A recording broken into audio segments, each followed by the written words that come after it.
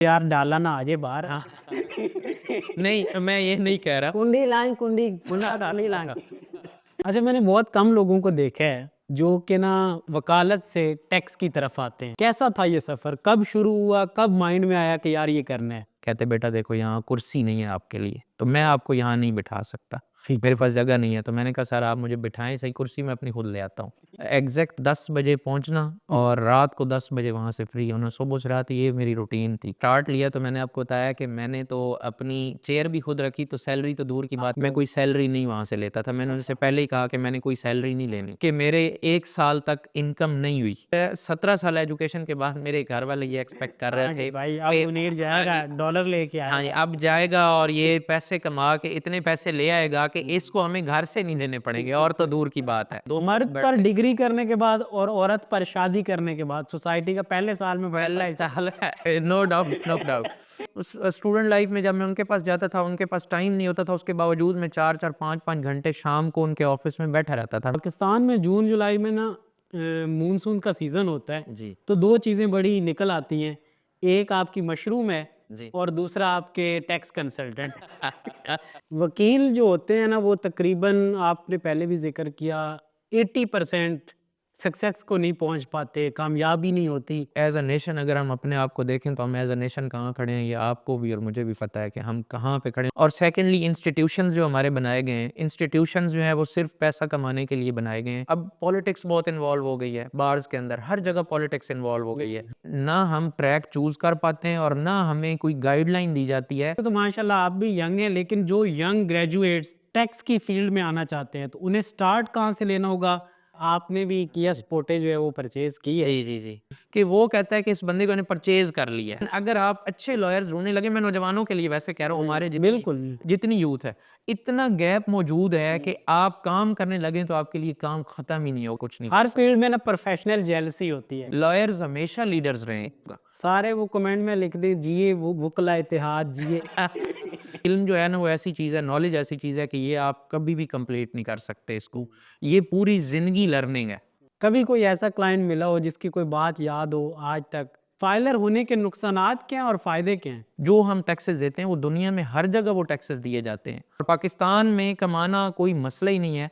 दिनों में आप अमीर हो सकते हैं, सिर्फ काम करने वाले आप हों। मैंने जो स्टार्ट लिया था ना, 40,000 रुपए से टोटल स्टार्ट लिया था। आप हमें एक दफ़ा टेस्ट कर लें, हम आपसे कोई फ़ी नहीं लेंगे। और मुनीर भाई कैसे हैं आप? जी अल्हम्दुलिल्लाह, आप ठीक हैं? कैसा रहा आपका सफ़र? बेहतरीन अल्हम्दुलिल्लाह, बिल्कुल आराम से सुकून से पहुँच गया हूँ। अचानक से अच्छा मैंने बहुत कम लोगों को देखा है जी, जो कि ना वकालत से टैक्स की तरफ आते हैं। बिल्कुल। अल्हम्दुलिल्लाह आप उनमें से एक हैं जी, जिन्होंने ये सफ़र किया है। जी। कैसा था ये सफ़र? कब शुरू हुआ? कब माइंड में आया कि यार ये करना है? मसूद साहब एक्चुअली 2013 में मैंने जब इसका मेरा लॉ का एडमिशन हुआ, तो 2013 टू 18 एलएलबी ऑनर्स मैंने किया। एलएलबी ऑनर्स करने के बाद मेरे बड़े भाई मेरे रोल मॉडल हैं। उनका उनका भी इंटरेस्ट ये था कि ये टैक्स में जाए हमारा भाई, क्योंकि मेरे बड़े भाई ने भी लॉ किया, तो वो उसमें लॉ की फ़ील्ड को जॉइन नहीं कर पाए हुँ। अनफॉर्चुनेटली। तो उसके बाद फिर उन्होंने मुझे कहा कि मेरा ये एम था, लेकिन अब इसको तुम फुलफ़िल करो, तुम इसमें जाओ। ठीक। तो डिस्ट्रिक्ट खुशाब छोटी-सी एक डिस्ट्रिक्ट है, वहाँ से मैं बिलॉन्ग कर रहा था, वहाँ पे हमारी रिहाइश है। सही। तो वहाँ से फिर मैं स्विच करके फ़ौरन लाहौर चला गया। हुँ। जैसे मुझे भाई ने कहा कि आपने यहाँ नहीं रहना, तो आपने टैक्स का काम करना है, यहाँ एक्सपोज़र नहीं है सरगोदा में कहीं पे इधर-उधर, तो टाइम वेस्ट ना करो। लाहौर जो है वो बहुत बड़ी इंडस्ट्री है, तो आप लाहौर को चूज़ करो और लाहौर जाके शिफ्ट हो जाओ सही है। और वहाँ पे काम स्टार्ट करो, टैक्स का सीखो। हुँ। तो वहाँ पे जाके मैंने स्टार्ट में ही माशाल्लाह मुझे बड़े अच्छे बॉस मिले, मुझे शहबाज़ भट्ट साहब हैं, ठीक। टैक्स में बहुत बड़ा नाम है उनका पाकिस्तान में। अच्छा, गुड। तो उनको मैंने जॉइन किया और फ्रॉम द फर्स्ट डे मेरा जो है ना आप कह लें कि इंटरेस्ट भी यही था, और मैंने काम जॉइन भी उनका साथ सिविल का भी काम था शहबाज़ भट्ट साहब का। लेकिन उन्होंने मुझे चॉइस दी कि आप किस में जाएँगे, मैंने कहा मैंने सिविल की तरफ बिल्कुल नहीं जाना, मुझे टैक्स में ही रहना है, तो मुझे आप टैक्स में ही लेके जाएँ और मुझे उसी साइड पे बिठाएँ। तो स्टार्ट में तो इतनी हर्डल्स आई कि मैं शहबाज़ भट्ट साहब माशाल्लाह एक बहुत बड़ा नाम है। तो मैं उनके पास गया तो पहले दिन जब मैंने उनको मैसेज भिजवाया, अंदर मैं बाहर बैठा था, उस जो नया लॉ ग्रेजुएट था, हाँ जी। तो मैं उनको मैसेज किया अंदर के जी बाहर फ़लाँ साहब आपको मिलने के लिए आए हैं। तो शहबाज़ भट्ट साहब माशाल्लाह इतने मेहनती आदमी थे कि वो पढ़ने में इतने मसरूफ़ थे, उन्होंने मुझे 4 घंटे बाहर वेट कराया। मैं बैठा रहा, उन्हें भूल गया कि कोई बाहर आया हुआ है। और 4 घंटे बाद फिर उसके वो लड़का जो उनका ऑफ़िस बॉय था वो डरता था, मैं उससे कहता था यार उन्हें बताओ तो सही, याद तो करा दो, रिमाइंड करा दो। लेकिन वो रिमाइंड नहीं कराता था, डर से कि वो मुझे डाँटेंगे ड्यूरिंग स्टडीज़, वो अपना काम कोई केस स्टडी कर रहे थे। तो 4-5 घंटे बाद उन्होंने मुझे बुलाया, मुझे उन्होंने कहा कि बेटा ये कैमरा लगा के मुझे अंदर ऑफ़िस दिखाया। कहते बेटा देखो यहाँ कुर्सी नहीं है आपके लिए, तो मैं आपको यहाँ नहीं बिठा सकता, ठीक मेरे है। पास जगह नहीं है। तो मैंने कहा सर आप मुझे बिठाएँ सही, कुर्सी मैं अपनी खुद ले आता हूँ, यस। चेयर मैं अपनी लेके आ जाऊँगा। गुड। तो उन्होंने कहा जी ठीक है, आप अगर इतने विलिंग हैं तो हुँ। आप आ जाएँ, लेकिन यहाँ पे कुछ चीज़ें जो है ना उनका आपने ख़्याल रखना है, मैं अपने बेटे के हवाले कर देता हूँ आपको। हुँ। उनके बेटे का नाम खुर्रम शहबाज़ भट्ट साहब, वो लाहौर टैक्स बार के प्रेज़िडेंट भी हैं। अच्छा। काफ़ी दफ़ा प्रेज़िडेंट माशाल्लाह रहे हैं वो। तो उसके बाद ही मैं अपनी चेयर का बंदोबस्त किया, उस वहाँ पहुँच गया। वहाँ पहुँचने के बाद उस इंस्टीट्यूट, मेरे लिए वो एक इंस्टीट्यूट था, उसका एनवायरनमेंट ये था कि आपको, जब मैं मोबाइल फ़ोन भी उठाता था ना, तो मुझे उनके बेटे जो है ना अंदर बैठे थे, बॉस वो बुला लेते थे कि बेटा आपने फ़ोन क्यों निकाला है बाहर? मतलब मुझे लगा कि मैं एक दफ़ा फिर से स्कूल में मेरा एडमिशन हो गया और मैं स्कूल आ गया। और उसके बाद जनाब रूटीन में मेरी ये इस तरह से चीज़ें हुई कि सुबह मैंने एग्ज़ैक्ट 10 बजे पहुँचना और रात को 10 बजे वहाँ से फ्री होना, सुबह से रात ये मेरी रूटीन थी, हुँ। वहाँ पे शहबाज़ भट्ट साहब के पास। लेकिन माशाल्लाह उनकी इस तरह की, वो इस तरह के बॉस थे, उनका बेटा जो है उन्होंने सँभाला, टेक ओवर किया हुआ था सारा कोई, हम टोटल 22 से 24 लोग थे उनके स्टूडेंट्स जो थे। लेकिन जितने भी थे 22 से 24, कोई एक भी ऐसा नहीं है कि कहीं पे सेट ना हो। हालाँकि लॉयर्स में आप देखते हैं बहुत कम लोग होते हैं जो अपनी जगह पे कहीं सेट होते हैं। मैंने देखा है कि हमारे 100 लोग हों तो 100 लोगों को अगर आप डिवाइड करेंगे या उनको डिफरेंशिएट करेंगे कि वो कहाँ-कहाँ क्या कर रहे हैं, हुँ। तो वो 90 लोग जो हैं वो अपनी लाइफ़ में सक्सेस को नहीं पहुँच पाए होंगे। उनमें से 10 लोग होंगे जो किसी मकाम पे इसी फ़ील्ड के अंदर रहते हुए पहुँचे होंगे। बाकी वैसे गैप तो हर जगह ही मौजूद है। कितनी सैलरी थी आपकी वहाँ पे जब आपने शुरू किया? मैंने जब स्टार्ट लिया तो मैंने आपको बताया कि मैंने तो अपनी चेयर भी खुद रखी, तो सैलरी तो दूर की हाँ, बात है। मैं सिर्फ़ यही पॉइंट आपसे निकलवाना चाह रहा था। बहुत से लोग हैं जो कहते हैं कि भाई हमें शुरुआत नहीं मिलती, हमें कोई रख नहीं रहा। जब आपकी काम करने की नीयत हो ना, कहीं पे आपने ऐसे शुरू ही, करना हो तो ऐसे भाई आप ऐसे गए हैं, ऐसे ही, अपनी चेयर भी खुद लेकर गए ऐसे हैं, 12 घंटे आप ऑफ़िस में बैठते ऐसे थे। ही, ऐसे तो ये वो पॉइंट है जो जिससे आपने शुरू किया बिल्कुल। और उसके बाद फिर आपका जर्नी आपने सीखा, फिर आप अपने बिज़नेस की तरफ आए या कहीं जॉब की? उसके बाद मैं शहबाज़ भट्ट साहब के पास तकरीबन मैं 1 साल रहा। अच्छा। उनसे मैंने फिर आगे एक और हमारे मेरे एक सीनियर थे, उनके थ्रू मैं एक और जगह पे गया। सही। वहाँ पे मेरी जो लर्निंग जितनी मैंने करनी थी, मैंने कहा अब काफ़ी है, हाई कोर्ट की लिटिगेशन ज़्यादा हो गई थी, तो ठीक। हाई कोर्ट में मैं अभी नहीं जा रहा था। तो फिर मैंने कहा पहले मैं बेसिक्स सीख लूँ, तो फिर खालिद मसूद साहब थे हमारे एक सीनियर, मैं उनके पास गया, वो नैब का और टैक्स का बहुत अच्छे एक्सपर्टीज़ थी उनकी। गुड। उनके पास भी मिनिमम 17 टू हुँ। 20 स्टूडेंट्स थे हम लोग। तो उनके पास जब मैं गया तो वहाँ पे मैं मेरे एक और जो सीनियर थे उनके साथ मिल-जुल के काम किया, फिर वहाँ से मैंने अपना काम भी पकड़ना स्टार्ट किया। मैं गुड। कोई सैलरी नहीं वहाँ से लेता था, मैंने उनसे अच्छा। पहले ही कहा कि मैंने कोई सैलरी नहीं लेनी, दिस मैंने इज़ द सिर्फ काम पॉइंट है सीखना है। जिसको अवाम ने पिक करना है कि भाई अगर आप पहले दिन जाके आप कहोगे जी मैंने 16 साल पढ़ा है, 20 बिल्कुल। साल पढ़ा है, पहले दिन मुझे कोई सैलरी मिल जाए तो ये सबसे गलत पॉइंट है। एक्चुअली इसमें 2 चीज़ें हैं। हुँ। इसमें मैं ये समझता हूँ कि एक सबसे बड़ा हमारी सोसाइटी का प्रेशर होता है। सोसाइटी का प्रेशर ये होता है कि मैंने ये ऑब्ज़र्व किया हुँ। कि मेरे 1 साल तक इनकम नहीं हुई। 1 साल मेरी कोई इनकम नहीं थी। मैं अपना भी कोई केस नहीं पकड़ पाया। मुझे ये कॉन्फिडेंस नहीं आ रहा था हुँ। कि मैं अपना केस पकड़ूँगा तो मैं कर पाऊँगा या नहीं, या मेरा बॉस जो है, मेरे बॉस वो मुझे सपोर्ट करेंगे या नहीं करेंगे, या मेरे कोलीग्स जो हैं वो मुझे सपोर्ट करेंगे या नहीं करेंगे। डर था, खौफ था एक मेरे अंदर, और ये नेचुरल है, ये हर एक के अंदर होता है। तो मेरी कोई सैलरी नहीं थी, मैंने स्टार्ट लिया, ये चीज़ें, ये हर्डल्स हर इंसान की लाइफ में होती हैं। और 16 घर वाले आपके, आपकी फैमिली जितने भी आप वेल ऑफ हैं, वो एक्सपेक्ट कर रही होती है, आपसे ये एक्सपेक्ट कर रही होती है कि आप अब 16 साल एजुकेशन आपने ली, मेरी तो 5 साल का एलएलबी ऑनर्स था, तो मेरी 17 साल हो गई। ठीक है। एमबीबीएस के इक्विवेलेंट चला गया काम। हुँ। तो अब जो है 17 साल एजुकेशन के बाद मेरे घर वाले ये एक्सपेक्ट कर रहे हाँ थे कि भाई अब कि मुनीर हाँ जाएगा, जी, डॉलर लेके हाँ जी, आएगा। अब जाएगा और ये पैसे कमा के इतने पैसे ले आएगा कि इसको हमें घर से नहीं देने पड़ेंगे, और तो दूर की बात है। तो अभी तक इसको लॉ की ये भी साल हो गया, 1 साल लगाने के बाद भी हम इसको घर से पैसे भेज रहे हैं, तो ये क्या कर रहा है वहाँ पे? अब साल के बाद सोसाइटी फिर आपसे सोसाइटी का सबसे बड़ा प्रेशर होता है। सोसाइटी का प्रेशर इस तरह से होता है कि आप अपने लोकल बार में जाते हैं, वो गला में बैठते हैं, दोस्तों मर्द में पर बैठते हैं। डिग्री करने के बाद और औरत पर शादी करने के बाद सोसाइटी का पहले साल में पहला पहला ही साल है, नो डाउट, नो डाउट। तो अब मेरी डिग्री के बाद, किसी की भी डिग्री के बाद, मर्द बेचारा जो है ना वैसे ही और भी बहुत मामलात में फँसा होता है।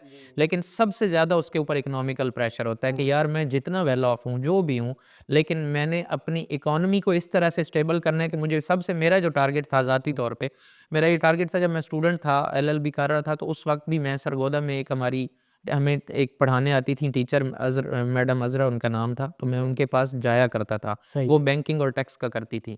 तो मैं उनके पास काम सीखने के लिए उस वक़्त भी जाता था जब मैं आप प्यासे कौवे की तरह हर जगह प्यास-श्यास बुझाने बिल्कुल, आप गए हैं बिल्कुल, मैं और हर यही जगह गया। कामयाबी का राज मैं लग बिल्कुल हर जगह गया हूँ और मैं कोई इसमें हेज़िटेट नहीं करूँगा बताने में कि मैं इसमें मुश्किलात का मैंने सामना नहीं किया और मैं बड़े बुरे हालात में भी हम रहे। गया। अब वो ये हुआ कि स्टूडेंट लाइफ़ में जब मैं उनके पास जाता था, उनके पास टाइम नहीं होता था, उसके बावजूद मैं 4-4 5-5 घंटे शाम को उनके ऑफ़िस में बैठा रहता था। मैडम कहती थी, "बेटा", उनके घर के अंदर उन्होंने ऑफ़िस बनाया हुआ था, सेट किया हुआ था, कचहरी में वो कम जाती थी। तो वो मुझे कहती थी कि आप ऐसे ही बैठे रहते हैं। मैंने कहा, "मैडम कोई मसला नहीं, मैं बैठा रहूँगा, लेकिन मैंने उधर भी बैठना ही है हॉस्टल में भी, वहाँ बैठ के मैंने क्या कर लेना है?" तो मतलब ये है कि आपका फिर उसके बाद जब साल गुज़रा मेरी डिग्री इसका मैंने काम किया, साल के बाद ना मैंने ये सोचा कि यार अब मैं घर से पैसे लेने बंद करूँ, अब मैं कोई अपने बारे में खुद सोचूँ कि यार अब मैं किस तक लेता रहूँगा। तो घर वाले भी, अब मुझे ये फ़ील होता था, वो नहीं भी कहते थे, लेकिन मुझे ये फ़ील होता था, यार ये सोचते होंगे कि ये क्या कर रहा है बंदा? कब ये अपने पाँव पे खड़ा होगा? अब आखिर मेरी माँ, मेरे बहन, भाई सब लोग इस उम्मीद पे पूरी फैमिली उम्मीद पे बैठी होती है कि अब इसने डिग्री की, हमने इसको इतने उस मकाम पे पहुँचा दिया है। अब तो ये हमें कुछ देगा रिवॉर्ड उसका। तो रिवॉर्ड की उम्मीद उन्होंने हमसे ले कुछ नहीं लेना होता, वालिदैन ने या बहन-भाइयों ने क्या ले लेना होता है। लेकिन ये है कि उनको इस चीज़ की उम्मीद होती है कि अब ये पाँव पे खड़ा होगा और फिर हमारा ये फ़ख्र बनेगा। हम ये नाम इसका लेंगे तो हमें भी प्राउड फ़ील होगा कि ये इस लेवल पे ये बच्चा चला जाए हमारा। हर बहन-भाई और हर माँ-बाप की ये ख़्वाहिश होती है। तो मैंने उस ख़्वाहिश को फुलफ़िल करने के लिए साल, 2 साल, ढाई साल, तकरीबन मैं ढाई साल या 3 साल मैंने वहाँ पे लाहौर में प्रैक्टिस की। ढाई साल तकरीबन की ऑलमोस्ट 2.5 इयर्स बनते थे। तो उसके बाद मैंने सोचा कि अब जो है ना प्रैक्टिस मैंने ना बहुत काम सीख-सूख लिया है, इधर-उधर कर लिया है। मेरे एक मेहमान हैं इधर इस्लामाबाद में, यहाँ पे उनसे उमैर ख़ान साहब टैक्स के बड़े अच्छे एडवाइज़र हैं, वो टैक्स के एक्सपर्ट हैं। सही। यूके के नाम से इस्लामाबाद में वो फ़ेमस भी हैं। ठीक है। तो मैं उनसे कहीं पे मुलाकात हुई, मेरी रियासत अली आज़ाद साहब हैं अभी इधर हाई कोर्ट बार के सदर भी हैं, इस्लामाबाद हाई कोर्ट बार के। उनके पास किसी हवाले से मैं मिलने गया, तो मैंने कहा कि सर मुझे ना, मैं काम अपना कर रहा हूँ, लेकिन फिर भी ना मुझे साथ एक उस्ताद चाहिए। अभी भी मैं कहता हूँ कि किसी उस्ताद के साथ मैं लगा रहूँ, मैं वेला ना हो जाऊँ। तो उन्होंने मुझे कहा कि आप ना, आपको मैं मिलवाता हूँ एक बंदे से, वो अभी आ रहा है। उन्होंने फ़ोन किया उमैर साहब को, उमैर साहब आ गए। उमैर साहब से मिलने के बाद बड़ी इम्प्रेसिव सी वो पर्सनैलिटी थे। मैं उनसे मिला, उन्होंने मुझे कहा कि आप ना जितने मर्ज़ी धक्के खा लो, घूम लो, आपको कॉन्फिडेंस वो नहीं आएगा जब तक आप अपना काम नहीं पकड़ लोगे। तो आपने इतना टाइम लगा दिया, मैंने भी इतना टाइम लगाया था, लेकिन मेरे पास कुछ पल्ले नहीं था। जब मैंने ये सोचा कि अब मैंने खुद ही करना है, तो मैंने खुद ही करना शुरू कर दिया। मुझे उन्होंने कहा कि आप ना प्रीपोज़ीशन ले लें, कोई अपना क्लाइंट कोई पकड़ लें, वो मेरे पास नहीं, मैं आपसे करवाऊँगा। मैं आपके साथ मिल के उसको करूँगा। ठीक है। तो आपका इश्यू रिज़ॉल्व मैं करूँगा, लेकिन आप सीखेंगे तब जब आप अपना काम पकड़ेंगे, उससे पहले आप नहीं सीख सकते।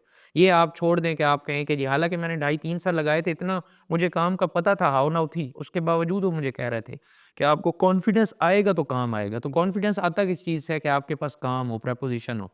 उसके बाद मैंने प्रीपोज़िशन पकड़ना शुरू की।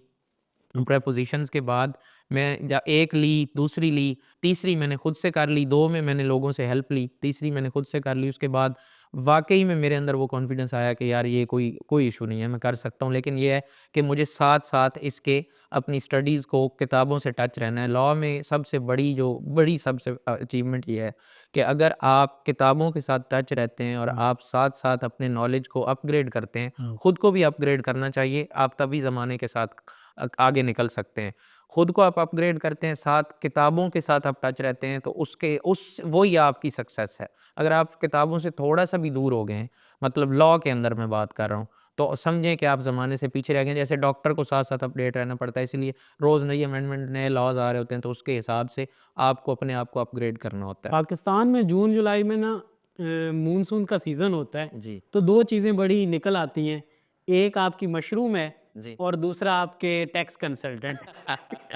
2-2 हज़ार रुपए में जी। फटे लगे होते हैं कि भाईजान आ जाएँ, 2,000 रुपया लें, ये आपकी टैक्स फाइल कर लेंगे। जो इन अनाड़ियों से जो है वो अपना टैक्स का काम करवा रहे होते हैं, जी। मुस्तकबिल में या आने वाले में उनको क्या मुश्किलात देखना पड़ती हैं? अब ये बड़ा अच्छा क्वेश्चन है, टेक्निकल क्वेश्चन है। हमारे पास टैक्स का सबसे बड़ा इशू अब ये हुआ कि इमरान खान साहब की गवर्नमेंट आई, 2018 तक चीज़ें बड़ी साइलेंट टाइप थी। वो यार डाला ना आ जाए बाहर। हाँ, नहीं, मैं ये नहीं कह रहा। कुंडी लाएँ कुंडी, कुंडा डाली लाएँ। तो मैं तो गवर्नमेंट की बात कर रहा। तो अब वो जब ये 2018 तक गवर्नमेंट थी ना पीएमएलएन की, टैक्स के ऊपर ये नहीं कि काम नहीं हो रहा था, काम तो पहले से ही हो रहा था। लेकिन उस वक़्त हम शायद नोन नहीं थे इतने, हम नोन बाद में हुए। लेकिन मुझे ये लगता है कि जब इनकी गवर्नमेंट गई और पीटीआई की गवर्नमेंट आई, तो इमरान खान के ऊपर शायद आईएमएफ का और कुछ इंटरनेशनल इंस्टीट्यूशंस, आप कह लें वर्ल्ड बैंक, सब के प्रेशर इकट्ठे हुए और प्रेशर इकट्ठे होने की वजह से उन्होंने कहा कि आपके पास ये टैक्स के अंदर चोरी बहुत ज़्यादा है। आपने टैक्स चोरी को आज तक पकड़ा ही ना, आपने उसके ऊपर काम किया है। तो आप टैक्स एमनेस्टीज़ दे देते हैं, उल्टा टैक्स एमनेस्टीज़ दे के आप टैक्स पेयर को बिगाड़ रहे हैं। बजाय इसके कि आप टैक्स पेयर्स को बढ़ाएँ, आप उल्टा टैक्स पेयर्स को बिगाड़ते हैं और उस वजह से आपके ब्लैक मनी बहुत सारी पार्क हुई है। वो ब्लैक मनी जो है लोग उसको वाइट भी कर लेते हैं टैक्स एमनेस्टीज़ में। तो उन्होंने कहा जी इसको आप सबसे पहले टैक्स एमनेस्टीज़ को ख़त्म करें। और दूसरी चीज़ ये है कि जब ये मेन इसके ऊपर जो हमारा टैक्स का जो काम है, जब ये उठ रहा था पाकिस्तान में, आप भी बेहतर जानते हैं कि पाकिस्तान में जब हमारी कौम सुज़ुकी मेहरान के पीछे पड़ी, तो उसकी उन्होंने जब उसका मॉडल बंद हुआ है, तो अभी भी वो बंद नहीं हुई, अभी भी लोग डिमांड करते हैं। बिल्कुल ऐसे तो बॉस कहते हैं हाँ, उसे, उस ये बॉस है। ऐसे ही है, बॉस ही है, वो हमारे पास पाकिस्तान की गाड़ियों की 100 तो एक बॉस है। बंदा ना इसी तरह मरा भी है, बॉस कहते हैं। ऐसे ही है, ऐसे ही है। सेफ्टी उसमें इतनी आप एक और चीज़ देखें, अब ये सुज़ुकी आल्टो इन्होंने लॉन्च की। अब उस एक हमारी कौम जो है उस आल्टो के अंदर कुछ भी नहीं है। कुछ लेकिन उसको सीटें हैं, सीटें, टायर भी है। सीटें हैं, उसके छोटे-छोटे टायर हैं जी, और उसका गियर उन्होंने जो बनाया है ऑटो और मैनुअल, उसको आप देख के हैरान रह मैंने जाएँगे। लाहौर में एक आल्टो देखी, उसके टायर जो थे ना उसने ये शिकवा दूर कर दिया, 2-2 फुट उसने बड़े बढ़ाए हुए थे। उसने स्पोर्ट्स कार बनाई हुई थी। तो अब पाकिस्तानी कौम का मिज़ाज ये है कि अगर ये टोयोटा के पीछे लगे हैं, तो इन्होंने टोयोटा का बेड़ा गर्क करके ही छोड़ना है, उसके अलावा नहीं छोड़ना। और अगर अब हमारे साथ क्या हुआ कि ये जब इमरान खान ने इसको पीक दी टैक्स को पीक इमरान खान ने ही दी थी। उसी की गवर्नमेंट में पीक आई। जब लोगों ने देखा, हमारे इवन वकला ने देखा, जो प्रैक्टिस जिसका इंटरेस्ट क्रिमिनल में था, उसने कहा टैक्स का भी साथ पकड़ लो। जो सिविल की लिटिगेशन कर रहा था, उसने कहा जी आप टैक्स का भी पकड़ लो। आता है नहीं आता, लोगों का रगड़ा लगना है, आपको क्या होना है, कुछ भी नहीं होना। उसके अलावा फिर ये हुआ कि हमारे पास सबसे बड़ा वकला, तो फिर भी जो हमारे लॉयर्स हैं, ये कम्युनिटी फिर भी पढ़ी लिखी है, ये लॉ ग्रेजुएट होते हैं, ये इनको कुछ ना कुछ चीज़ों का नॉलेज होता है। ये देखते हैं कि यार किसी के साथ हम ज़्यादती कर देंगे तो कल को प्रॉब्लम हमारी रेपुटेशन के ऊपर भी आएगी। लेकिन जो हमारे पास सबसे बड़ा फिनोमेना ये है कि हमारे पास कंप्यूटर ऑपरेटर्स बैठे हुए हैं। वो कंप्यूटर ऑपरेटर्स क्या करते हैं जी, वो कहते हैं आ जाएँ जी, मैं 500 में कर देता हूँ। दूसरा उसके साथ एक खोल के बैठा है, वो 1000 में कर रहा है। मतलब वो अपना कंप्यूटर की जो कंपोजिंग थी, वो प्रिंट निकाल के 20 रुपए का देते थे, वो ख़त्म कर दिया उन्होंने। मतलब वो काम उसको उन्होंने पीछे कर दिया, उन्होंने टैक्स रिटर्न्स को आगे कर दिया और उन्होंने बाहर बोर्ड लगा दिए, इतने बड़े-बड़े बोर्ड लगा दिए कि आएँ और हमारे से टैक्स रिटर्न कराएँ, 5 मिनट में टैक्स रिटर्न कराएँ और 500 रुपया दे के आप फ्री हैं। तो मतलब ये है कि जो समझदार बंदा है, थोड़ा-सा भी हाव-भाव रखता है, उसकी कॉमन सेंस इतनी तो काम करनी चाहिए कि यार एक बंदा मुझसे 2000 या 500 या 1000 या 1500 ले रहा है और वो है कंप्यूटर का क्लर्क, उसका क्या विज़न होगा मेरी रिटर्न करने के लिए? वो कैसे मेरी रिटर्न करेगा? मैं उसको अपने डॉक्यूमेंट्स दे भी दूँ। अब ये तो हमारे सबसे बड़ा मसला है। वो लोग तो हैं ही हैं, लेकिन जो लोग उनके पास जाते हैं, सबसे बड़ा ज़ुल्म तो वो लोग अपने साथ करते हैं। फिर इसमें होता ये है कि जब हम जाते हैं, इनकी हमारे पास हियरिंग्स आती हैं, जब इनको नोटिसेज़ आते हैं, ये हमारे पास आते हैं।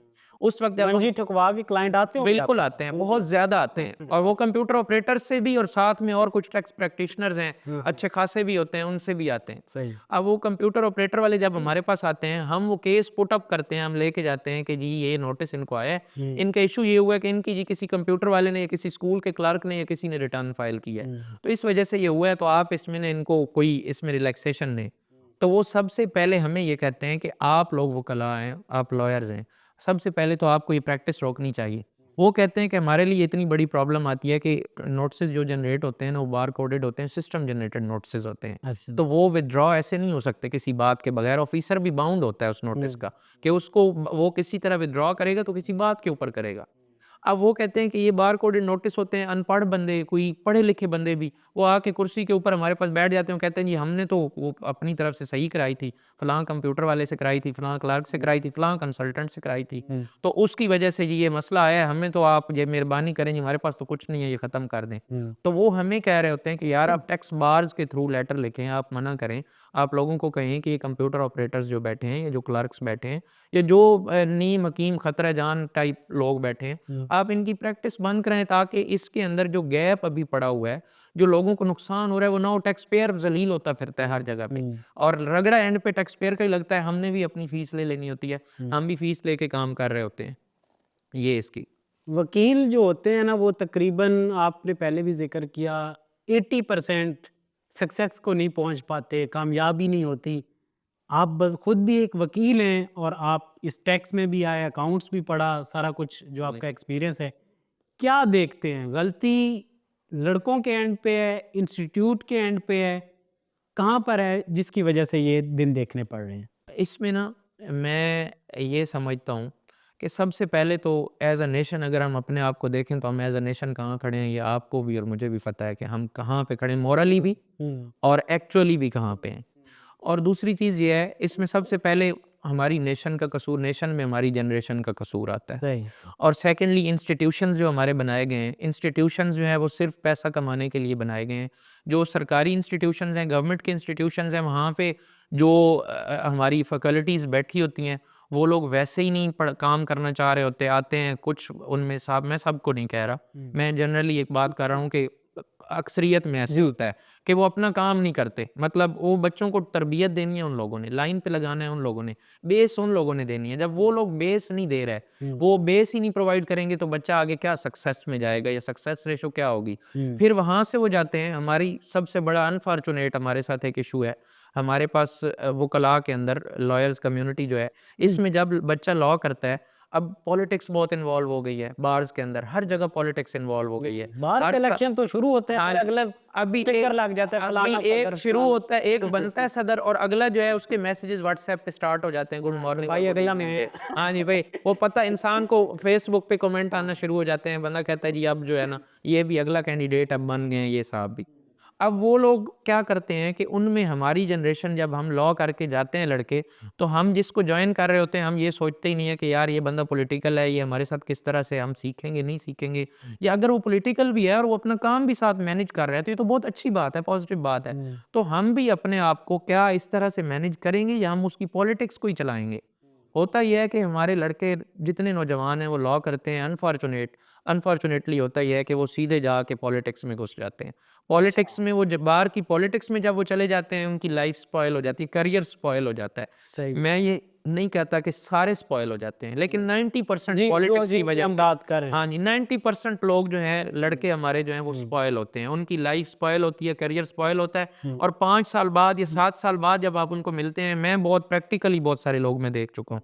जब मैं उनसे मिलता हूँ, मैं उन्हें कहता हूँ कि उस वक्त तुम्हें कहा था कि यार ये सियासत छोड़ दो, तुम्हें क्या मिला उस सियासत से? अब तुम मुझसे पूछ रहे हो कि अब किधर जाएँ 5 साल ज़ाया करके? तुमने अपनी फैमिली को क्या दिया है? फैमिली तुम्हारे से क्या खुश होगी, सैटिस्फाई होगी? वो कहते हैं यार बड़ी अब मायूसी है, अब क्या करें?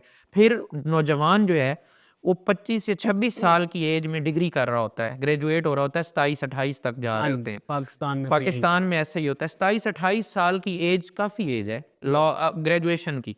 उसके बाद फिर 5 साल वो वैसे वेस्ट कर देता है पॉलिटिक्स के अंदर। हाँ जी, फिर और रिटायरमेंट की उम्र आ जाती है। फिर हाँ, रिटायरमेंट की तरफ चला जाता है, या फिर वो क्या होता है, वो बेचारा मायूसी में चला जाता है। जब 5 साल उसके ज़ाया होते हैं, 33, 34, 35 साल उसकी एज हो जाती है, तो फिर वो कहता है कि अब यार बेहतर ये है कि मैं किसी के पास जॉब ही क्यों ना कर लूँ। फिर वो उस चक्कर में पड़ जाता है कि अब प्रैक्टिस को छोड़ दो जी, मैं इसमें अपनी प्रैक्टिस नहीं करता। तो फिर ना वो किसी के पास 30,000 की जॉब कर रहा होता है किसी फर्म में, किसी में 35,000 की। फिर उसकी सोच ही उस तक महदूद हो जाती है कि उसको ये लग रहा होता है कि अब मुझे कोई सपोर्ट ही नहीं करेगा फाइनेंशियली, ना मेरे घर से सपोर्ट है, तो अब मैं अपने आप को, अपनी इकोनॉमी कैसे चलाऊँ? पाकिस्तान में लड़कियां एमबीबीएस करके और लड़के लॉ करके दोनों ज़ाया कर दोनों ज़ाया कर देते हैं ऐसे ही। और एमबीबीएस तो जो है ना, वो अब वही वैल्यू उसकी हो गई है जो आज से पहले, या अब जो लॉयर की अब कुछ बड़ी है वैल्यू। अच्छा। इससे 5 साल 4 साल पीछे जाएँ तो लॉयर्स रुल रहे होते थे। अब दूसरी चीज़ ये है कि इसके अंदर, इसके ऊपर मैं डिबेट करना चाह रहा था। अब इसके अंदर हमारे जो नौजवानों के अंदर दूसरा बड़ा मसला ये है कि हम लोग अपने, ना हम ट्रैक चूज़ कर पाते हैं और ना हमें कोई गाइडलाइन दी जाती है कि अगर आप किसी नौजवान को देखते हैं कि उसका इंटरेस्ट क्रिमिनल प्रैक्टिस में है, तो आप उसको कहें कि यार तुम क्रिमिनल ही करो, और वो खुद भी चूज़ करे कि मैं क्रिमिनल ही करूँ, और डायरेक्शन ही कोई नहीं देने वाला होता। उसके बाद दूसरा, किसी बंदे का इंटरेस्ट सिविल में है, तो वो बंदा चला जाता है टैक्स के अंदर। उसका वो टैक्स के अंदर जब जाएगा तो उसका क्या करियर होगा, जब उसका इंटरेस्ट ही एक और चीज़ में है। और हमारे लॉ की जो डिग्री है ये इतनी वास्ट है, और इसके अंदर आपकी जॉब के लिए भी बहुत अपॉर्चुनिटीज़ हैं। गवर्नमेंट जॉब लेने के लिए किसी भी तरह की, तहसीलदार के ऊपर भी आप अप्लाई कर सकते हैं, आप जुडिशरी में भी अप्लाई कर सकते हैं, आप लॉ ऑफिसर हर जगह चाहिए होता है, हर इंस्टीट्यूट में लॉ ऑफिसर की रिक्वायरमेंट होती है। वो वहाँ पे भी आप जा सकते हैं। लेकिन हमारे नौजवान बेचारे 90% वेस्ट हो जाते हैं, सिर्फ डायरेक्शन ना मिलने की वजह से। और दूसरा ये है कि आप, मैं ये समझता हूँ कि हमारी ये जो है ना, लेम एक्सक्यूज़ेज़ होते हैं। करियर खड़ा करने के पाकिस्तान से ज़्यादा ऑप्शंस कहीं पे भी नहीं है। मैं भी अक्सर यही कहता हूँ हाँ, कि पाकिस्तान से बेस्ट जगह नहीं है कमाने के लिए, कमाने के लिए पाकिस्तान से ज़्यादा आप कहीं पे, और हमारे पॉलिटिशियन ये सब जानते हैं सब जानते कि हैं, सबसे बेस्ट जगह कमाने के लिए पाकिस्तान है, पैसे रखने के लिए पाकिस्तान से बाहर। और ये आप देखें, पाकिस्तान की कितनी खुशकिस्मती भी थी, लेकिन उसको हम अवेल नहीं कर पाए। 60% यूथ है, और उस 60% यूथ को भी यूटिलाइज नहीं सही तरीके से हम कर पाए। और नौजवानों के इसके अंदर, मैं ये समझता हूँ कि हमारे नौजवानों का सबसे ज़्यादा अपना कसूर है। सब लेम एक्सक्यूजेज होते हैं, ये नहीं हो रहा, वो नहीं हो रहा। कोई करने वाला हो तो आप अगर सक्सेस पे जाएंगे तो आपको 100% सक्सेसफुल लोग मिलेंगे। और अगर आप नाकामी की तरफ जाएंगे, फेलियर की तरफ जाएंगे, तो आपको 90 नहीं 100% फेलियर्स नज़र आएंगे। और ये आपने डायरेक्शन चूज़ करनी है कि आप सक्सेस को चूज़ कर रहे हैं या फेलियर को। अगर आप फेलियर को चूज़ कर बैठे हैं तो फिर आपको लगेगा कि सब कुछ फेलियर है, और अगर आप सक्सेस को चूज़ कर बैठे हैं तो आपको ये लगेगा कि सक्सेस ही सब कुछ है मेरे लिए। वैसे तो माशाल्लाह आप भी यंग हैं, लेकिन जो यंग ग्रेजुएट्स, जो न्यू लॉयर्स मार्केट में आ रहे हैं, लड़कियां हैं, लड़के हैं, अगर वो टैक्स की फील्ड में आना चाहते हैं तो उन्हें स्टार्ट कहाँ से लेना होगा, कहाँ से वो शुरू कर सकते हैं और कैसे इस अपने जर्नी को कंटिन्यू कर सकते हमारे पास जो नए लॉ ग्रेजुएट्स आते हैं, हम मेरे अपने पास हमारे पास बहुत सारे एसोसिएट्स आते हैं, आते भी रहते हैं, और वो काम सीखते भी रहते हैं। अभी माशाल्लाह से हमारे मेरे एक जूनियर हैं, उन्होंने इस सरगोदा में स्टार्ट किया है ऑफिस, गुड। और उन्होंने भी माशाल्लाह 1 साल के अंदर, 1 साल के अरसे के अंदर काम स्टार्ट किया अपना, और अभी उनका काम ठीक चल रहा है। लेकिन मैंने उसको सिर्फ़ एक चीज़ समझाई है कि आपने सिर्फ़ इसके अंदर, इस ऑफ़िस के अंदर बैठ के ना, इस ऑफ़िस को समझना ये है कि ये मेरा ईमान भी यहीं से जाना है, जो कुछ है, और मेरा रिज़्क भी यहीं से जाना है। मैंने यहाँ किसी के साथ बददयानती नहीं करनी। टैक्स पेयर जो है, वो आपके ऊपर ट्रस्ट कर रहा होता है, अपने कंसल्टेंट के ऊपर, उसको ए टू ज़ी सब बता रहा होता है। ए टू ज़ी आपके पास होता है। मैंने उसको कहा कि आपने बददयानती नहीं करनी, आपने इसको ईमान का हिस्सा समझना है, और आपने किसी के साथ कोई फ्रॉड डॉज नहीं करना। अगर आप कामयाब ना हो, आप मुझे पकड़ लेना। आपको मिलेगी सक्सेस, लेकिन आप ये ना कहना कि फ़लाँ ने रीवो ले लिया है, तो मैंने वो रीवो पे चढ़ना है 1 साल के अंदर। ये अगर आप करोगे तो नहीं होगा। आप कहोगे कि फ़लाँ के पास खैबर है, तो चलो मैं आल्टो का सोच लेता हूँ, तो मैं साल बाद आल्टो ले लूँगा, तो ये अच्छी चीज़ है। लेकिन ऐसा जंप नहीं मारना कि आप कहो कि वो जंप होता ही गलत है, कि आप ऐसा जंप मारो कि आप कहो कि जी मैं सीधा-सीधा रीवो पे जाऊँ, तो वो शॉर्टकट है। और हमारे पास अनफॉर्चुनेट सबसे ज़्यादा शॉर्टकट के ऊपर हमारी यूथ लगी शॉर्टकट के ऊपर है। हालाँकि उनको ये लॉन्ग टर्म नज़र नहीं आ रहा कि लॉन्ग टर्म हमें कितना फ़ायदा होगा अगर हम अपनी ईमानदारी से और दयानतदारी के साथ काम करेंगे, लोगों का ट्रस्ट गेन करेंगे। ट्रस्ट के साथ-साथ देखें, आप अगर लोगों के साथ बददयानती नहीं कर रहे, तो एक अच्छाई भी आप कर रहे हैं इस्लामी लिहाज से भी, और माशरती लिहाज से भी आपका इमेज, आपका करैक्टर एक अच्छा बिल्डअप हो रहा है। गाड़ियों का जिक्र आया है, आपने भी किया स्पोर्टेज जो है वो परचेज की है, जी, जी, जी। तो क्या जर्नी था इसके पीछे? नौजवानों को तो लगता होगा कि भाई मुनीर भाई ने किया स्पोर्टेज ले ली है, लेकिन उसके पीछे एक हिडन जर्नी होता है, वो क्या था?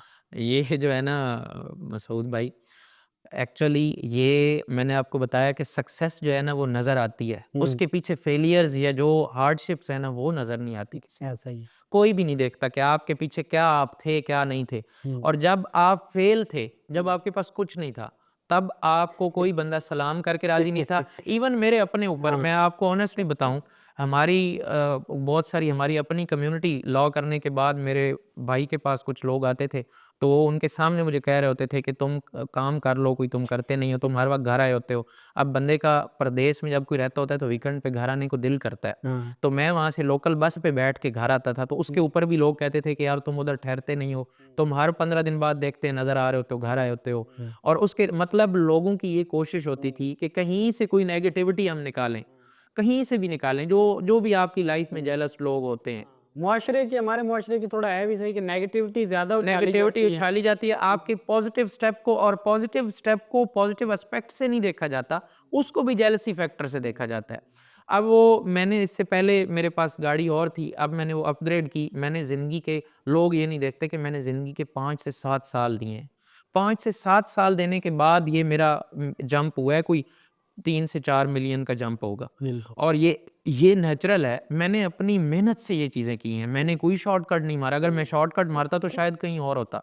मैंने कोई शॉर्टकट नहीं मारा। नौजवानों को ये नज़र आता है कि ठीक है इसने किया, मैं भी नौजवान हूँ, अभी मेरी भी इतनी एज नहीं है। उस एज के हिसाब से लोग ज़रूर मुझसे जो बड़े होंगे, जो मुझसे सीनियर्स होंगे, वो ज़रूर ये सोचते होंगे कि इसने ये क्या किया ऐसा कि ये गाड़ी अपग्रेड कर लिया है, ये कर लिया है, वो कर लिया है। लेकिन मैंने अल्हम्दुलिल्लाह जो किया है अपनी मेहनत के साथ, और मैं बहुत सैटिस्फाई हूँ, अपनी हलाल तरीके से काम करके किया है। कहीं पे कोई शॉर्टकट नहीं किया। कहीं पे आपको काम में लगा हो कि यार बहुत टफ है, छोड़ना है या फिर कंटिन्यू करना जी, ये मेरे साथ तकरीबन ये पीछे साल पहले इन्होंने चेंजेस कुछ ऐसे किए एफबीआर ने।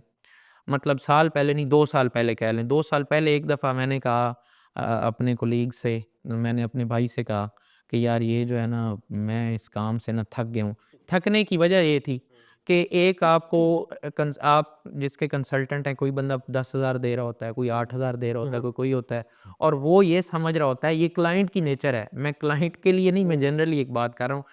आप भी किसी के साथ काम कर रहे हैं तो उसके साथ भी आपको यही फ़ील होता होगा जी, जी। कि वो कहता है कि इस बंदे को मैंने परचेज़ कर लिया है। हमें तो कहते हैं कि भाई तुम्हें 5 लाख दिए हैं, तुम ये लकीरें लगा के जो है हमें दे देते हो। हाँ, ये नहीं पता होता कि वो लकीरें लगते-लगते लगते-लगते हम लग जाते हम हैं। कहाँ से खड़े हुए हैं। वही ना। अब वो हमारे पास ये है कि हमारे चूँकि नंबर ऑफ़ क्लाइंट्स ज़्यादा होते हैं, बल्क में क्लाइंट्स हैं। अब मिनिमम हमारे पास 1500 से 2000 के करीब फ़ाइल है। अब वो 1500 से 2000 के करीब फ़ाइल्स के आपके पास कॉन्टैक्ट हैं। आपके पास कॉन्टैक्ट्स हैं और उन्होंने हर मशवरा आपसे करना है, टैक्स के हवाले से भी, और कोई चीज़ परचेज़ कर रहे होंगे, सेल कर रहे होंगे, वो कहेंगे जी हमने ये करना है। उसके बाद आप बहुत सारे लोगों के अकाउंट्स देख रहे होते हैं। मेरी नज़र में सबसे कोई खप वाला काम, उसको हम पंजाबी में कहते हैं, खप वाला कोई काम है ना, तो मुझे ये लगता है कि वो हमारा काम है।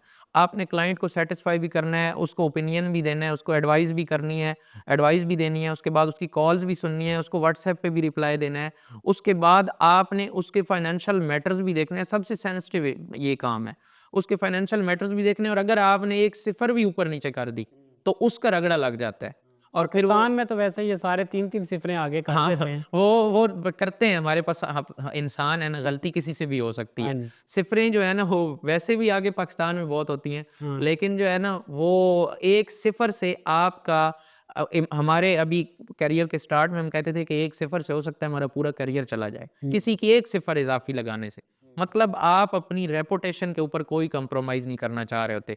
तो ये काम इस तरह का है कि तकरीबन आपको 6 महीने में एक झटका लगता है।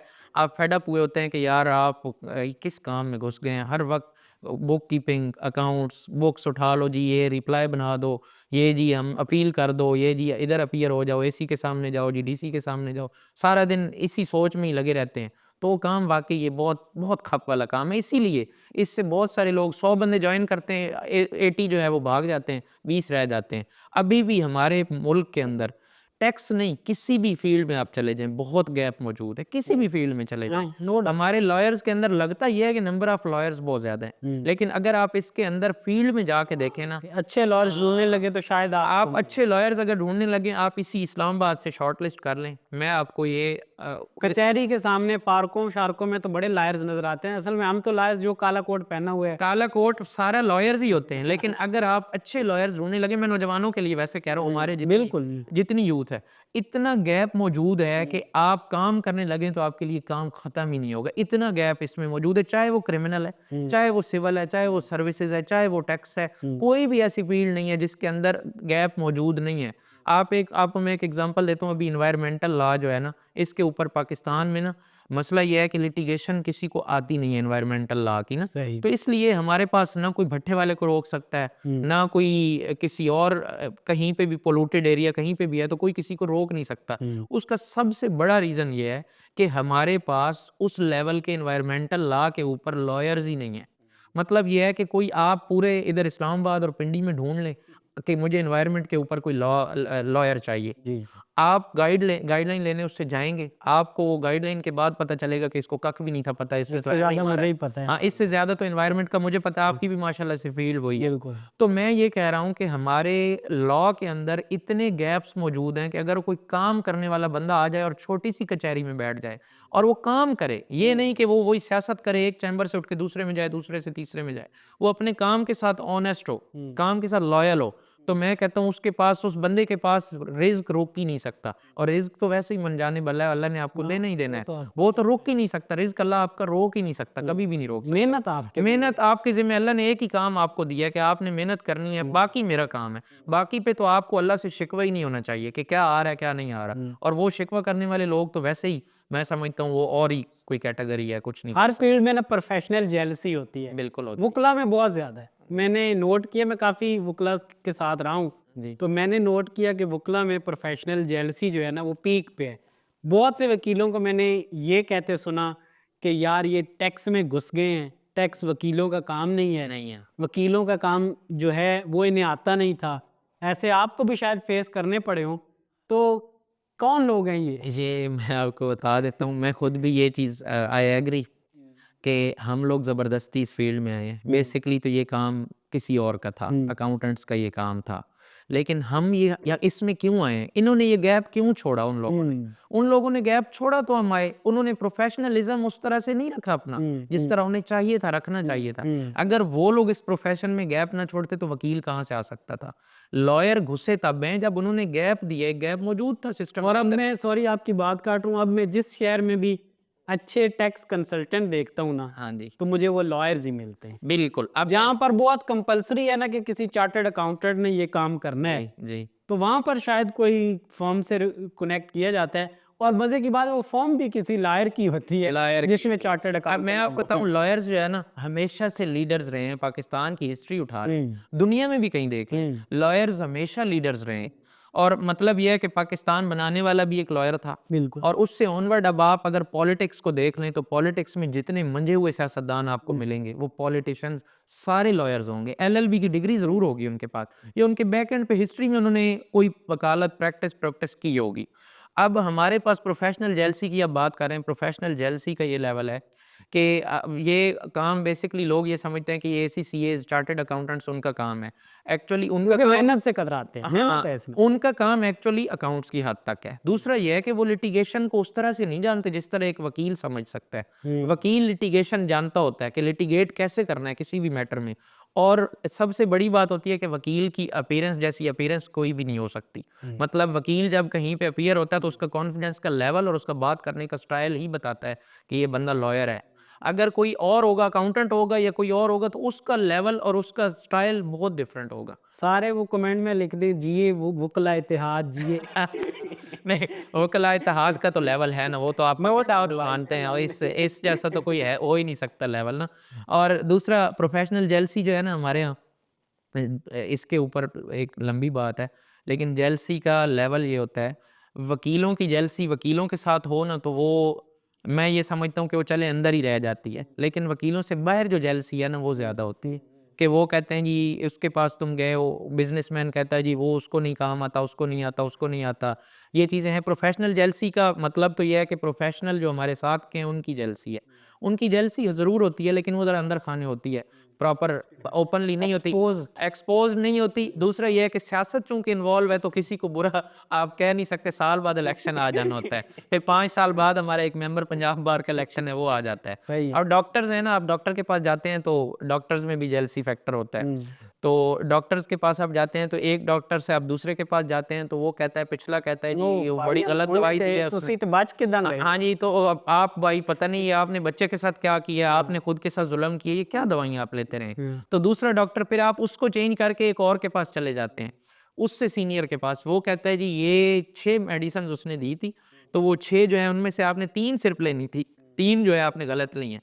फिर आप एक प्रोफेसर लेवल के पास बंदे के पास चले जाते हैं, तो प्रोफेसर लेवल का बंदा जो है वो आपको सिर्फ 2 मेडिसिन देता है, आप बहुत सैटिस्फाई होते हैं और वो वाक़ई उसकी काबिलियत होती है। और वो कहता है जी आपने बाकी सब फ़ज़ूल हैं, छोड़ दें, कोई टेस्ट नहीं कराना। तो इस प्रोफ़ेशन के अंदर भी ऐसे ही होता है कि यहाँ पे अच्छे लोग भी मौजूद हैं, बुरे लोग भी मौजूद हैं, एक्सपर्ट्स भी मौजूद हैं। और इल्म जो है ना वो ऐसी चीज़ है, नॉलेज ऐसी चीज़ है कि ये आप कभी भी कंप्लीट नहीं कर सकते इसको। ये पूरी ज़िंदगी लर्निंग है। और वकालत ऐसी चीज़ है कि ये आप 60 साल की एज में भी होंगे ना तो आप कहेंगे यार ये बात नहीं सुनेंगे ना, कहेंगे तो मैंने नहीं सुनी है, मुझे पता ही नहीं थी। ये मैंने प्रैक्टिकली देखा है कि रोज़ एक नई चीज़ आप सीखते हैं, रोज़ एक नई चीज़ सीखते हैं। इसलिए सीनियर्स के साथ टच रहना चाहिए, लेकिन उन सीनियर्स के साथ टच रहना चाहिए जो आपको कुछ सिखाने वाले हों, ना कि आपको किसी खाते में यूज़ करने वाले हों। पॉलिटिक्स भी करें, मैं पॉलिटिक्स के कहीं पे खिलाफ नहीं हूँ। पॉलिटिक्स करें लेकिन उस वक़्त करें जब आपका करियर उस लेवल मकाम पे, पर। आप किसी मकाम पे हो, आपका मुआशरे में, आपकी सोसाइटी के अंदर, आपकी फैमिली के अंदर, आपकी कम्युनिटी के अंदर सबसे ज़्यादा आपका एक नाम हो, एक मकाम हो, आपको जाना जाए कि आप ये बनने हैं, आपकी डेफिनेशन ये है। उसके बाद आपको पॉलिटिक्स अच्छी लगती है, उसके बाद शायद मेरा भी इरादा हो कि मैं कर लूँ। लेकिन पॉलिटिक्स होती हुई तब अच्छी लगती है जब आप फाइनेंशियली इतने स्ट्रांग हो कि आपको किसी किस्म का कहीं पे फाइनेंशियल इशू ना है। सबसे पहले फाइनेंस आपने अपना फाइनेंस ठीक करेंगे तो आप हो सकता है एक अगर बंदा सेट है तो अपने ख़ानदान के 700 लोगों को सेट कर सकता है। वही। और ऐसी बहुत सारी मिसालें मौजूद हैं। तो सबसे पहले फाइनेंशियली इंसान को स्ट्रांग करना चाहिए। टैक्स का काम करने के लिए 3 रिकमेंडेड सिटीज़ जो आप बताना चाहेंगे कि अगर आपने पाकिस्तान में जी। टैक्स का काम शुरू करना है तो इन 3 सिटीज़ में आपको शुरू करना है। इसमें अगर आप मूव कर सकते हैं टैक्स के अंदर, और आपका कहीं से भी ताल्लुक है, अगर आप मूव कर सकते हैं और आप कहते हैं कि मैं 1-1 साल, डेढ़-डेढ़ साल तक रह सकता हूँ घर से बाहर, और आपको पीछे से कोई ऐसा इशू भी नहीं है फैमिली का कि आपको वापस आना पड़े, तो सबसे अच्छा टैक्स के लिए सबसे बड़ी इंडस्ट्री कराची है। अच्छा। कराची जो है उसके अंदर कोई चला गया है तो बहुत सारे लोग मैंने ऐसे देखे हैं जो वहाँ सेट हो गए हैं, वापस नहीं आए। इवन हमारे एक डिस्ट्रिक्ट खुशाब के एक हैं सेनेटर मलिक शहादत अवान साहब, सही। वो अभी पीछे पिछली गवर्नमेंट में, वो लास्ट प्रीवियस गवर्नमेंट में वज़ीर कानून भी थे। तो वो यहाँ से छोड़ के गए थे कराची, एक नॉर्मल से वकील ही थे, नॉर्मल से लॉयर थे, और उन्होंने माशाल्लाह से ग्रो किया और वो सेनेटर बने, उसके बाद मिनिस्टर बने। इससे बड़ी तो अचीवमेंट कोई नहीं हो सकती। वो कराची की वजह से ही वो बने, ना कि वो किसी और वजह से बने। बाकी वजूहात ज़रूर होंगी, पॉलिटिक्स में किसी पार्टी के साथ अटैच हुए, जो मामलात हुए, लेकिन सबसे पहली उनकी जो बेस थी वो कराची था, बड़ा शहर था। उसके बाद अगर आप सेकेंडली देखेंगे तो टैक्स की जो ग्रोथ है और टैक्स का जो काम है और लर्निंग है वो लाहौर है। आप लाहौर को सेकेंडली रखें कि अगर आप दूर कराची नहीं जा सकते, पंजाब का बंदा नहीं जा सकता, तो बेस्ट ऑप्शन आपके लिए लाहौर है। लाहौर जैसी लर्निंग कहीं पे नहीं हो सकती और लाहौर जैसा काम भी कहीं पे नहीं हो सकता। इस्लामाबाद को मैं थर्ड पे रखूँगा क्योंकि इस्लामाबाद के साथ पिंडी अटैच है, तो पिंडी और इस्लामाबाद में अब बहुत सारे लोग टैक्स का काम, और चार्टर्ड अकाउंटेंट फर्म्स आ गई हैं, लॉयर्स बहुत सारे अब टैक्स का काम कर रहे हैं। तो तीसरे नंबर पे इसको रखूँगा। चौथे पे भी मैं फैसलाबाद को सजेस्ट करूँगा।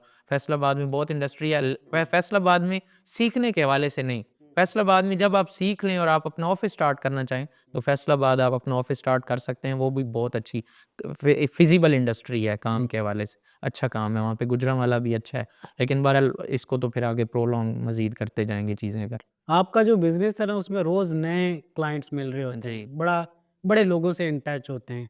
कभी कोई ऐसा क्लाइंट मिला हो जिसकी कोई बात याद हो आज तक? कोई ऐसा मज़ेदार वाक़या या कोई ऐसा सैड वाक़या? इस तरह की तो बहुत सारी स्टोरीज़ होंगी जो मुझे बहुत सारी याद भी नहीं होंगी। एक हमारे पास एक मेहमान है, वो पॉलिटिशियन थे वहाँ से लोकली।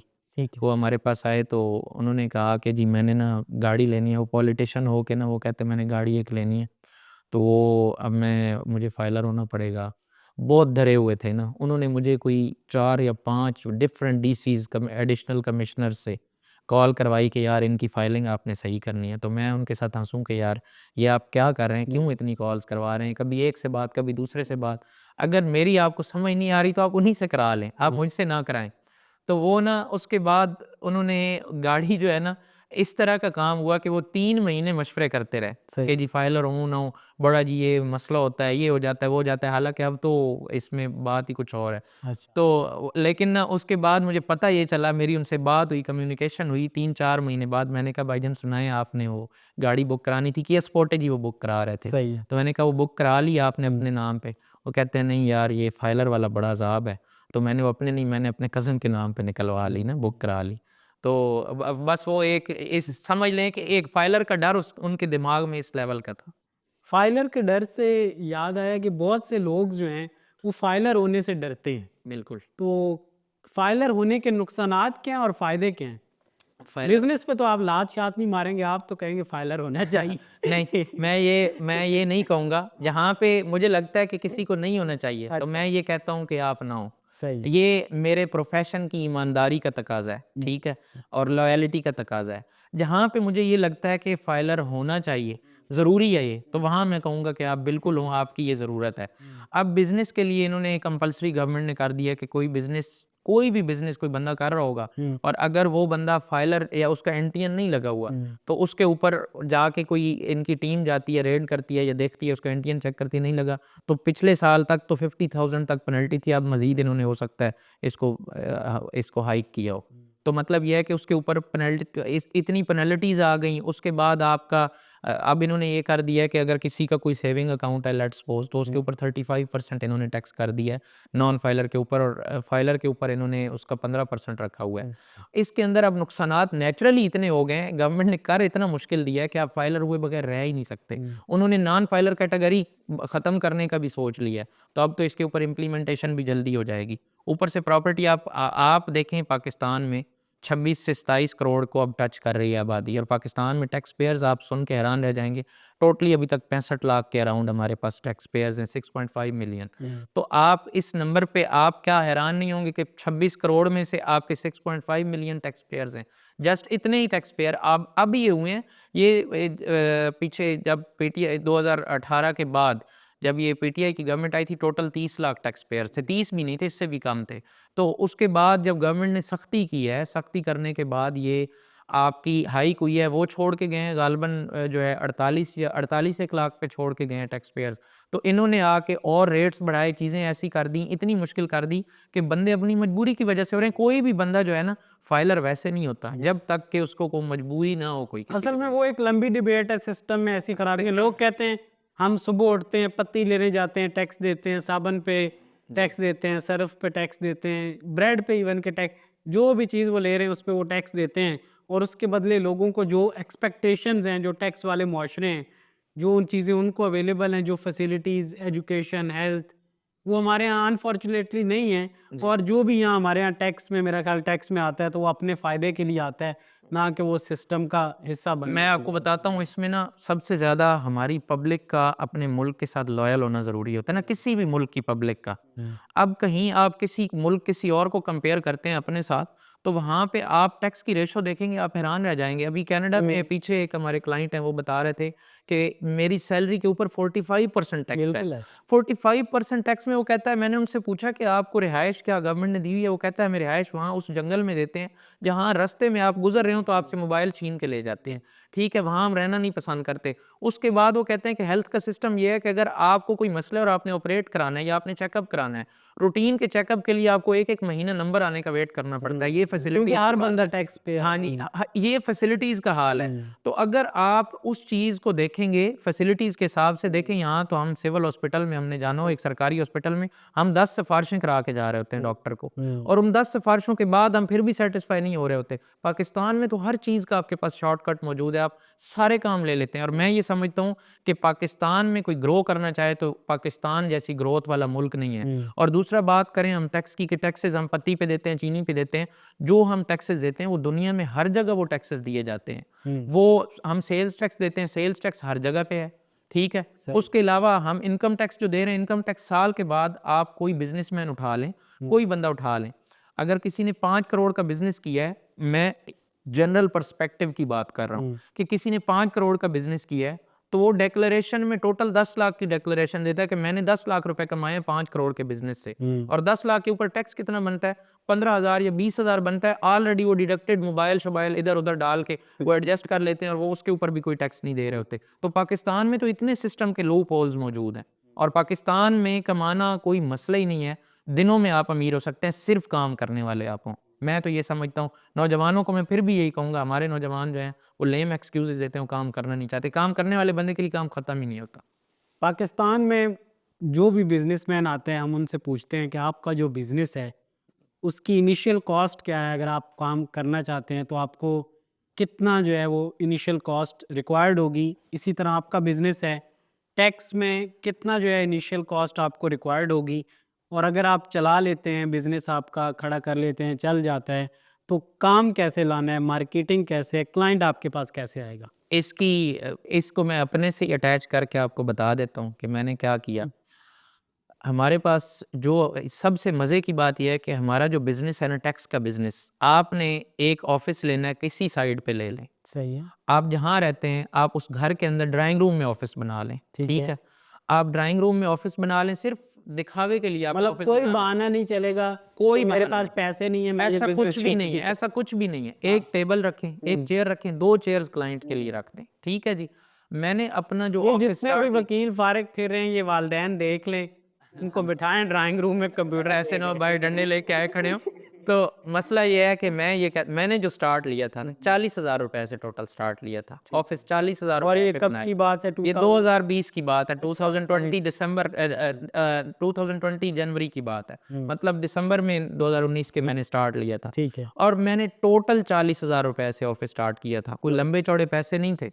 और उस ऑफ़िस का स्टार्ट में रेंट भी कोई 10,000 के अराउंड था। सही। और मैंने अल्हम्दुलिल्लाह मार्केटिंग की बात की तरफ अगर हम जाएँ, तो मार्केटिंग का हमारा लेवल ये था कि पहले महीने हमें ऑफ़िस का रेंट जो है वो हमें नहीं देना पड़ा था, खुद से हमारे ऑफ़िस ने दिया था। और वो ऑफ़िस ने कमा के दिया था। ठीक है। और उस वक़्त मार्केटिंग का क्या, मार्केटिंग का तो हर बंदे का अपना स्टाइल होता है कि वो किस बिल्कुल, तरह हर मार्केटिंग बिज़नेस करता है। का, हर हर बंदे का। बिज़नेस का हर बंदे का स्टाइल है। वो कैसे मार्केटिंग करता है, अपने आप को कैसे कैश कराता है, ये तो उसके ऊपर डिपेंड करता है। अब हमने मार्केटिंग की स्ट्रैटेजी ये रखी थी कि हम लोग स्टार्ट में ये हुआ कि हम ऑफ़िस में बैठते ही नहीं थे। यकीन माने कि हम सुबह निकलते थे, बाइक होती थी, गाड़ी भी नहीं होती थी। बाइक पे हम निकलते थे और हम हर जगह जहाँ पे हमें लगता था कि ये हमारा थोड़ा-सा जानने वाला है, हम एक रेफ़रेंस लेते थे और रेफ़रेंस लेके उस बंदे से जाके मिलते थे। और उस बंदे को मिल के कहते थे कि आप हमें एक दफ़ा टेस्ट कर लें, हम आपसे कोई फ़ी नहीं लेंगे।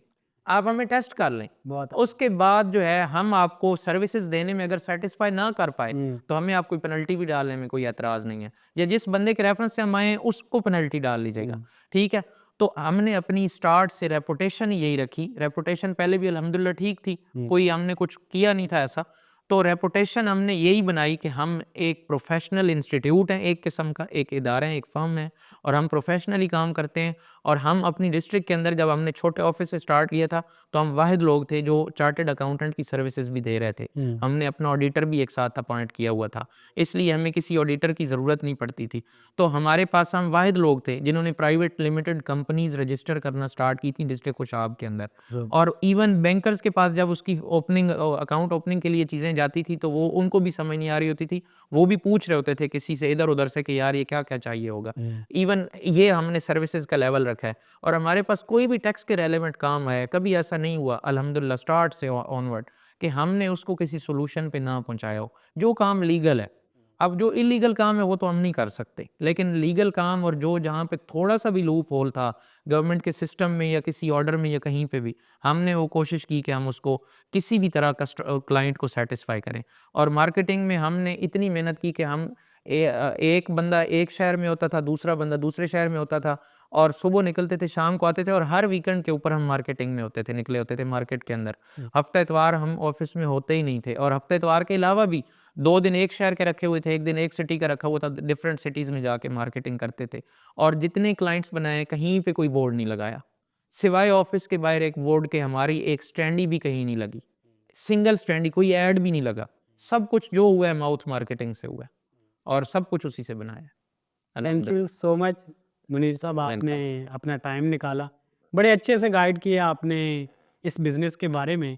इंशाल्लाह अगर अगेन कमेंट्स में कोई सवाल आते हैं, कोई हमसे पूछते हैं लोग, तो ज़रूर इस पर एक और सेशन करेंगे, बताएंगे इंशाल्लाह। कि वो ये कैसे बिज़नेस शुरू कर सकते हैं। और ये बड़ा प्रोडक्टिव है उन यंग लॉ ग्रेजुएट्स के लिए जो अभी निकले हैं, कि वो इस फील्ड में अगर आना चाहें तो वो किस तरह आ सकते हैं। मुनीर साहब खुद आए हैं, इन्होंने डिटेल में बताया है कि कैसे आ सकते हैं। Thank you so thank you very much.